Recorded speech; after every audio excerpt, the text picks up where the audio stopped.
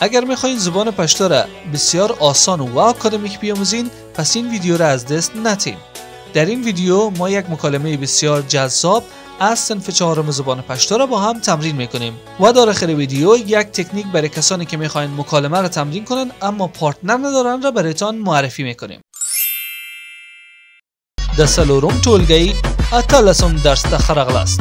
به درس 18 از صنف 4 زبان پشتو خوش آمدید. اتلسم لوست خبری اتری. درس 18 گفتگو و یا مکالمه. موخه، هدف، د متن سم لوستل. صحیح خواندن متن. لوستل به معنای خواندن. سم همان سم و صحیح دری می باشه. لیکل نوشتن.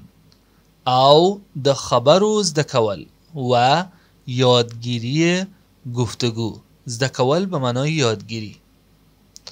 پوښتنه و یا پوښتنه.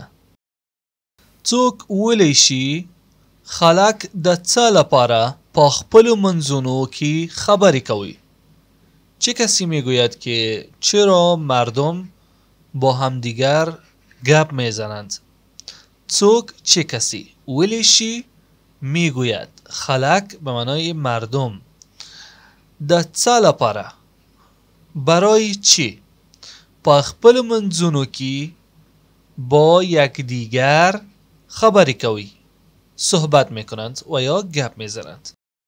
و اما مکالمه ای را که درس برای ما تدوین کرده را میخوانیم. یک مکالمه بسیار جذاب و کاربردی هست. لطفاً تا انتهای ویدیو همراه ما باشین و مکالمه را با دقت گوش کنین و بعد از من تکرار کنید.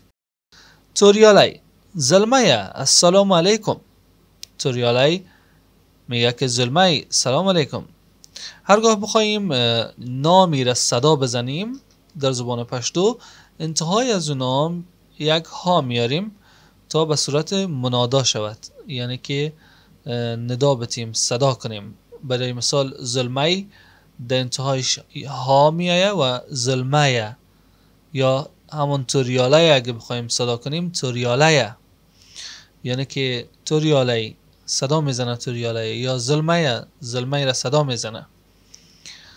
زلمه در پاسخ میگه و علیکم السلام. توریاله زلمه دا ستا ورور دی؟ زلمه این برادر تو است؟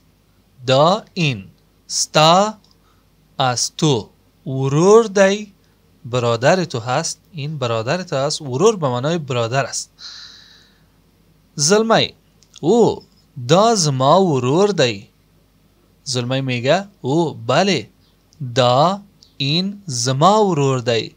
این برادر من است. زما ورور برادر من. توریالی ستا ورور چه کار کوي؟ برادر تو چه کار میکند؟ ستا ورور برادر تو چه کار کوي؟ چه کار میکند؟ زلمه زما ورور په نهم ټولګي کې دی. برادر من صنف 9 است.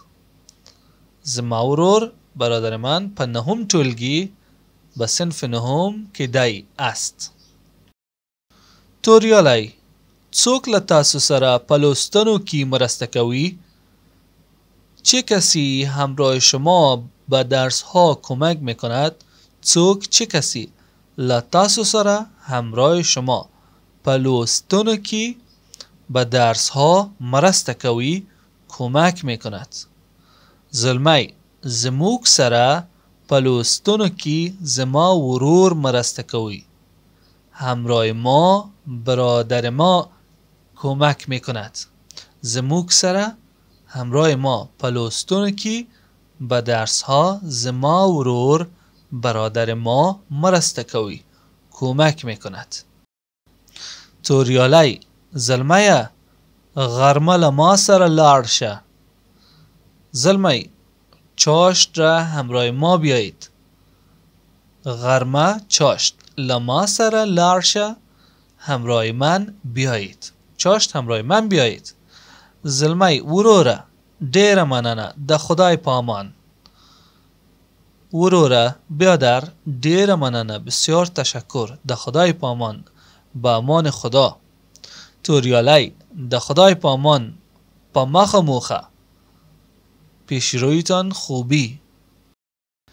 اگر تا اینجای آموزش را دوست داشتین و به کارتان اومد لطفاً ویدیو را لایک کنید و اما یک بار دیگه از روی مکالمه میخوانم تا براتان تثبیت شود و لطفاً بعد از من آهسته آهسته تکرار کنید. توریالی زلمه السلام علیکم. زلمه و علیکم السلام. توریالی زلمه دا ستا ورور دی؟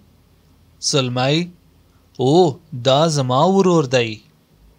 توریالی ستا ورور څه کار کوي؟ زلمه زما ورور په نهم ټولګي کې دی. توریالی څوک له تاسو سره په لوستونو کې مرسته کوي؟ زلمه زموږ سره په لوستونو کې زما ورور مرسته کوي. توریالی زلمه غرمه له ما سره لاړ شه. زلمه وروره ډیره مننه د خدای پامان. توریالی د خدای پامان په مخه موخه. خب عزیزان، یکی از تمرین های بسیار مهم در هر زبانی مکالمه است. شما هر چقدر لغت ازبر کنین، گرامر بخونین تا که تمرین مکالمه نداشته باشین هیچ فایده ای نداره. فرقی هم نمیکنه که پشتو باشه، انگلیسی باشه، عربی باشه و هر زبانی. برای مکالمه اگر کدام پارتنر دارین خب بسیار خوب است. اگر نه یک تمرین هست به نام مقابله با آینه. شما یک مکالمه کوتاه، دیالوگ های بسیار آسان کوتاه را ازبر میکنید و چندین و چند بار پیش آینه با خود تکرار میکنید که ما همیشه همین کار انجام دادیم و خوب بوده و جواب میده. از هیچ خوب پیش است، از نداشتن پارتنر بسیار بهتر است. اما فکرتان باشه که وقتی که با خودم رای آینه گپ میزنین کسی شما را نبینه که باز چیزایی را که برای ما گفتن برای شما نگوین که شما عاشق هستین. اما از ویدیو خارج نشوین که ما میریم به سراغ لغات بسیار مهم این درس. لطفاً بعد از من تکرار کنید. مهربانی وکړئ زما وروسته تکرار کړئ. مننه، مننه، تشکر، مرسته، مرسته، کمک، ورور، ورور، بیادر، غرمه، غرمه، چاشت، لوستونو، لوستونو، درس ها. و اما فعالیت درس. زده کوونکي دي په وار سره له پورتني لوست څخه یوه جمله پر تختې ولیکي، نور دی په خپلو کتابچو کې ولیکي. شاگردان باید به نوبت یک جمله از درس را روی تخته بنویسند و دیگران آن را در دفترچه خود یادداشت کنند. از اونجا که من میفهمم شما فعالیت ها را بسیار خوش دارین و تمرینات کلش انجام میتین، ازتان میخوایم که یک جمله از امی درس را برام یا کامنت کنین و یا از طریق قایدی تلگرام به پیوی بنده بفرستین. اما ویدیویی را که در انتهای این درس براتون میمانم حتما تماشا کنید. در مورد چگونگی یادگیری لغات در هر زبانی می باشه. خب دوستان عزیز، امیدوار هستم که این درس براتون مفید بوده باشه. اگر این اولین ویدیو و یا چندمین ویدیویی هست که شما تماشا میکنین و هنوز سابسکرایب نکردین، لطفاً با چینل ما اشتراک داشته باشین و زنگوله هم فشار بتین تا از درس های جدید با خبر شوین. و اگر میخواین از ما حمایت کنین لطفاً چینل ما را به دوستانتان و به علاقمندان به زبان پشتو معرفی کنید. که دا ویدیو مو خوښ شو نو لایک کړئ او زموږ د چینل غړي شئ. تر راتلونکي درس پورې د خدای پامان.